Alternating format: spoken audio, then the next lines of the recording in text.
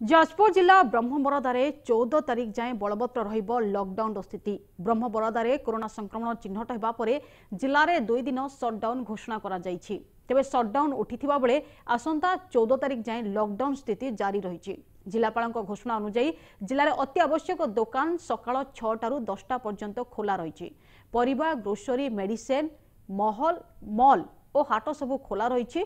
तेबे ग्राहक माने सामाजिक दूरता को मानिबा पई अनुरोध करा जायछि। जदि एहिपरि न हुए तेबे दुकान रो समस्त सामग्री जबत सह सीज करा जिवो।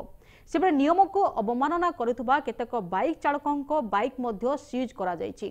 तेबे जिलार विभिन्न स्थिति को परखिबा पई प्रशासन 4टी टीम जिलार विभिन्न आड़े तदारख करुछंती बोली जिलापाल सूचना दैछंती। आज एंटायर डिस्ट्रिक्ट चारिड़े चली जाजपुर रोड रे हमर एडीएम रेवेन्यू और एडीएम कलिंगनगर अच्छा दानगदी में तहसिलदार वीडियो अच्छा बारवाटी हाट जोटी गोटे प्रमुख हाट एवं चंपापुर हाट एगुड़ा को पीडीडीआरडीए और डिस्ट्रिक्ट पंचायत अफिसर जाइए से हेडक्वार्टर्स बालाश्रम पड़िया एडीएम मुझे अच्छु और सब कलेक्टर भ्राम्यमाण ड्यूटी अच्छा बिरजा हाट दृष्टि रही।